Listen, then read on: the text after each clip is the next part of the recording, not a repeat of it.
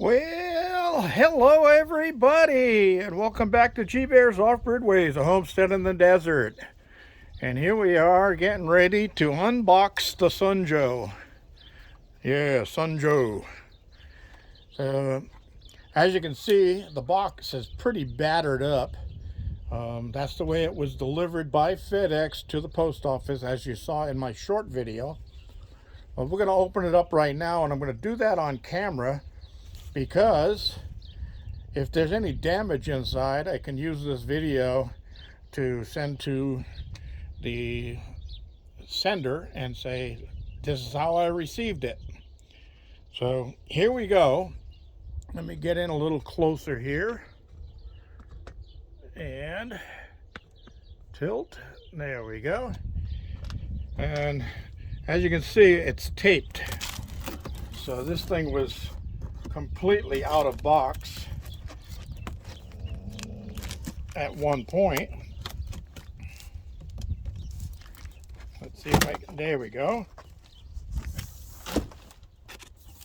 So let's see, believe it or not, from this point it looks like the unit is not damaged on the inside, but let's see, handle, base, handle, and cross support. Now, one thing I do want to say is when I researched this item, it did say that a bunch of people left reviews on it saying that the handles broke after first use. And then one guy who was a handyman said it was this part right here, this plastic part, that broke. But because he was a handyman, he was able to do a repair to it and reinforce this unit so that it held better. So I'm probably going to end up doing that myself to make sure that it doesn't fall apart on me or nothing breaks in the get-go. So let's see if I can't get this thing out of here and move the box over.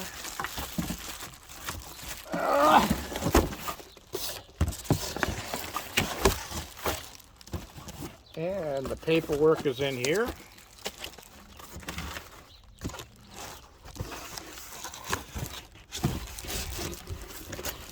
Yeah, the box is what took a beating.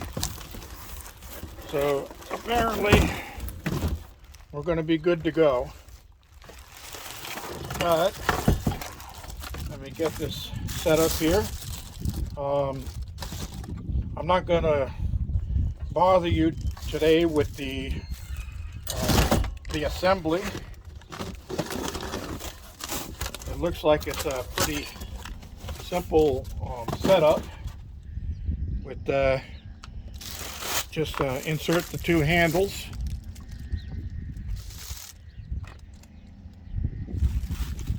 Who is growling? Which one of you guys is growling? Is that you, Patches? We don't need any growling over there. So it looks like it's a pretty simple setup. We're just gonna have to insert the handles, put a bolt in each one, and then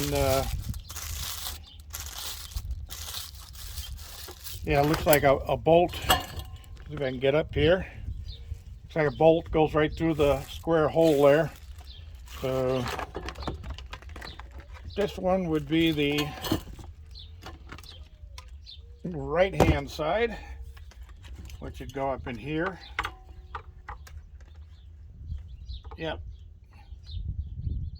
Okay, so the bracket's going to slide over the handles first. I'm probably going to make a metal cross brace that'll go right either right above or right below this thing. so that it strengthens it a little bit, and I think that'll be fine. So anyway, there's the unit. I will be doing a review on this.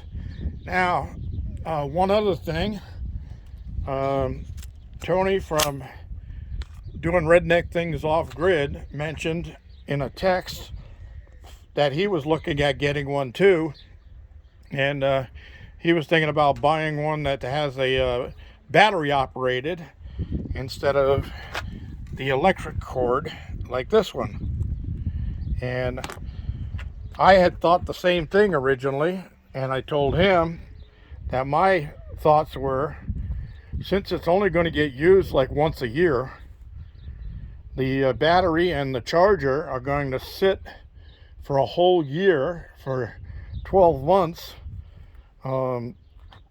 collecting dust and trying to live through the heat of the desert and all of that. So I said I went with the electric one because I won't have to worry about that stuff. And I'll probably bag the bottom of this just to protect it from a lot of dust getting into the motor area and that stuff. But other than that, I won't have to worry about a battery sitting for a whole year and a charger sitting for a whole year, or trying to figure out where they are come next year. So I don't pay for electricity, so I can run this thing all day long on an extension cord and not worry about it. I do have a 12 gauge 100-foot extension cord that I'll probably run down to the garden house, and I'll be able to do my tilling.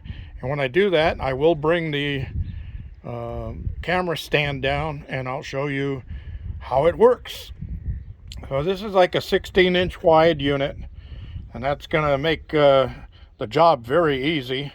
It looks like it can go almost 12 inches deep, probably at least 11 inches. So that'll be a good thing. And I already spread out the last of the garden soil out there, so it's ready to till whenever this weather straightens out a little bit more. It's still chilly today, and there's still a little breeze, but that's supposed to change starting tomorrow. The temperatures are going to go up high 60s and low 70s, and then by Easter Sunday and Monday and Tuesday, we're talking about the low 80s. So I should get some work done. Thanks for joining me, everybody. Don't forget your thumbs ups down there, and don't forget to subscribe and share down there. This is G Bear signing off.